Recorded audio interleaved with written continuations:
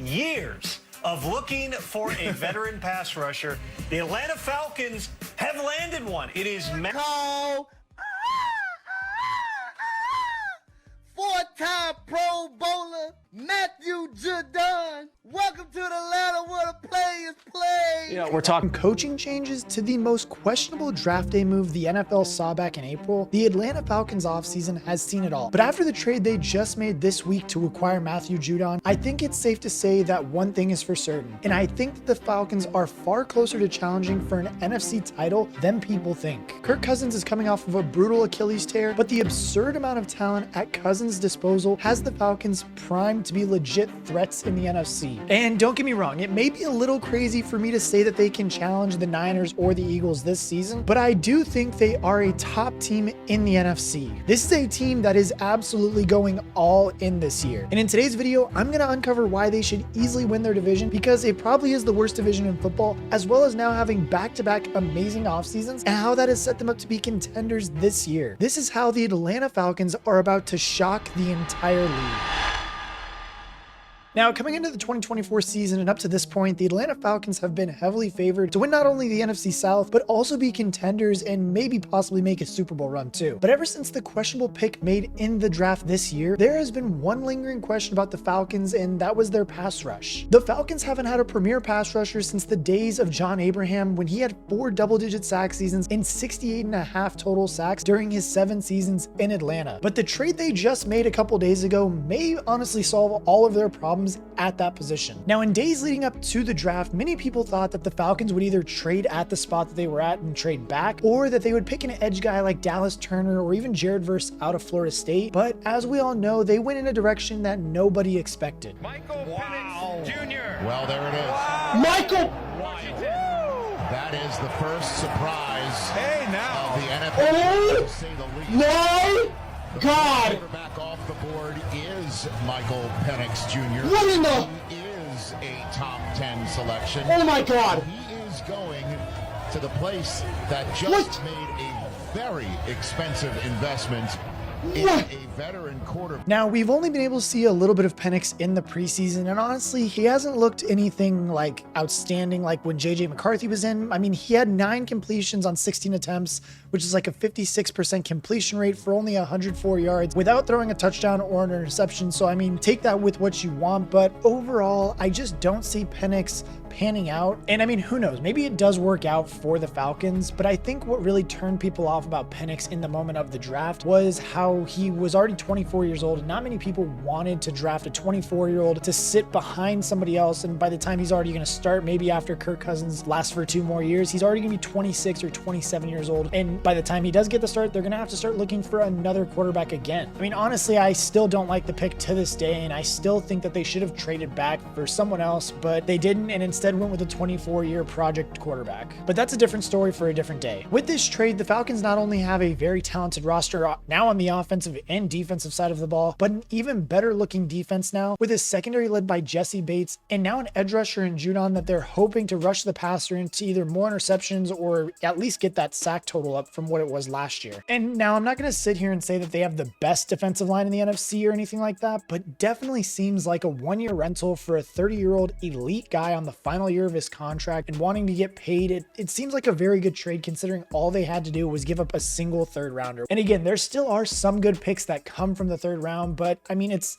not like you're going to find a premier edge rusher in the 3rd round typically. And to make it even better now, apparently Judon wanted a new contract, but sources are saying that now that he's just headed to Atlanta and he's willing to play on the contract that he already has lined up to just finish it out, and then from there they can negotiate off of that, or he'll just hit the free agent market. And I mean, with that being said too, it kind of is interesting to see that me and honestly many other people, I think, were thinking that he just wanted to get out of New England and didn't really care about the money after all, even though that's what kept getting reported. I mean, honestly, the way I look at this trade is I really do think it's a win-win for everybody in this situation, the Falcons and the Patriots. I only got 1 year left on my contract, so it really don't matter. Well, I told y'all I wanted to stay here for the remainder of my career.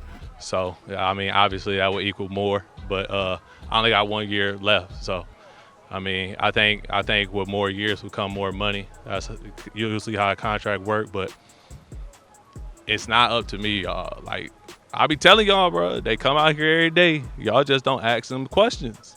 Y'all be asking them questions, so y'all gotta. I mean, from that interview, it's pretty clear to see that Judon does not want to be there. He doesn't want to be at training camp. And he honestly, I just is thinking that he's done with the Patriots. And I mean, all the reports, and probably if he's seeing it firsthand, the reports from Patriots training camp have been pretty scary, from like May getting sacked like a ridiculous amount of like 15 times during training camp against the Eagles.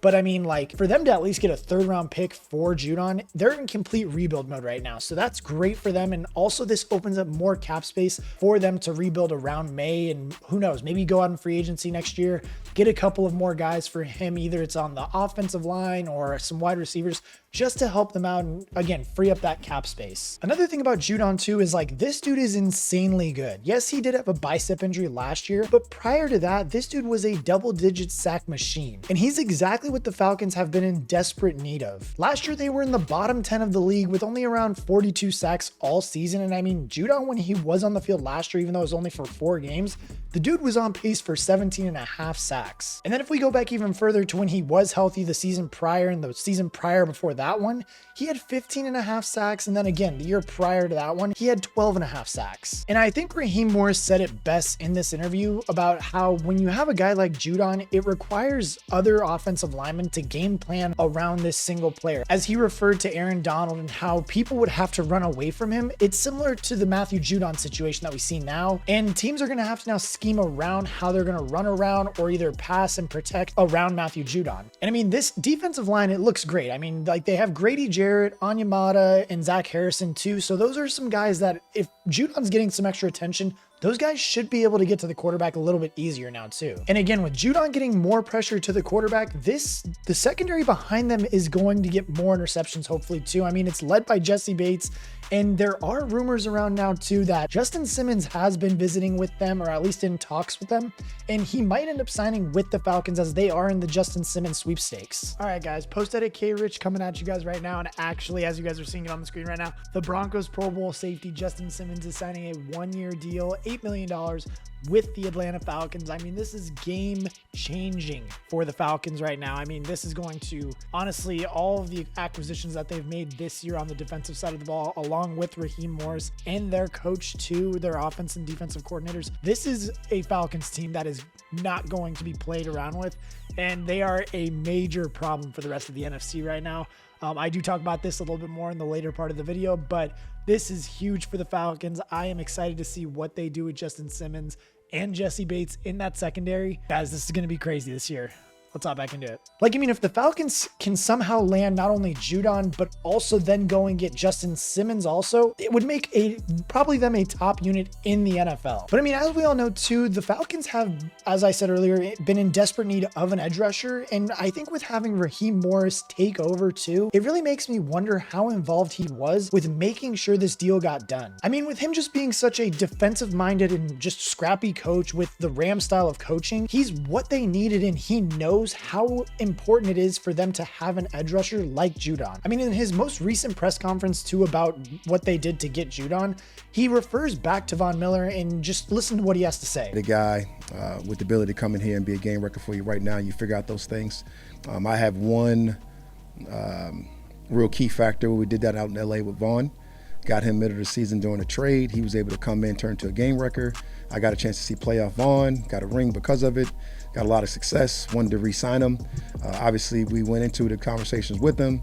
Obviously, Buffalo came better, and he ended up going to Buffalo, but it was certainly a good time for the Rams and both Buffalo having the ability to be with a guy like Vaughn. So you never know what these things can turn into, but I know what we're getting in that trade.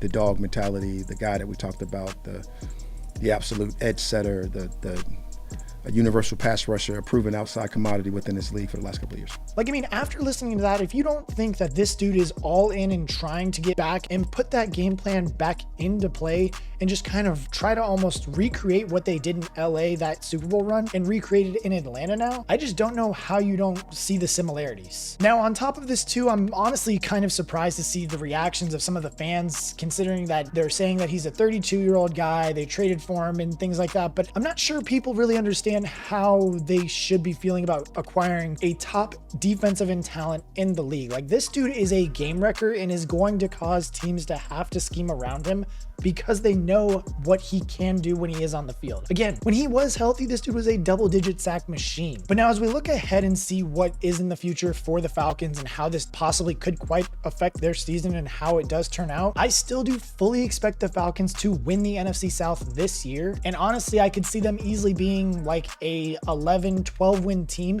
because just of the talent they have on offense alone. But now if they can get Justin Simmons on top of Matthew Judon too, it's going to be crazy for Falcons fans. I mean, when we talk about teams in the NFL right now, or at least in the NFC, the only thing that keeps getting mentioned right now that I keep hearing are Niners, Eagles, and the Packers. Like, I mean, those are the big teams right now in the NFC, and the Lions, of course, too. But I think the Falcons are kind of being slept on right now. Again, they got a new head coach in Raheem Morris, and it seems like the energy in the building is just being turned around and it's been flipped on its head, and people are excited to be playing for this guy. Add in the fact that they also got a new offensive coordinator in Zach Robinson, who's been learning under Sean McVay for 5 years now. It really shows how Raheem Morris is trying to bring that LA Rams culture to Atlanta and turn it around there. And then, I mean, not to mention the fact that they also have a top end running back in Bijan Robinson, a wide receiver with a lot of upside in Drake London, who can really be a game breaker if used the right way. And then I think, like, he's 23 years old right now, and having Kyle Pitts at tight end, who again is just, he's basically a wide receiver at tight end. And then you add in the fact that they got Darnell Mooney to maybe just try and aid a little bit more at the wide receiver position. And then they got the big position that they needed with Kirk Cousins. I just don't see how this team is not going to win 11 or 12 games. And now as we go back to the Penix situation too, I think it's just important to also remind people too about how Penix, honestly, if he does pan out and does learn from Kirk Cousins,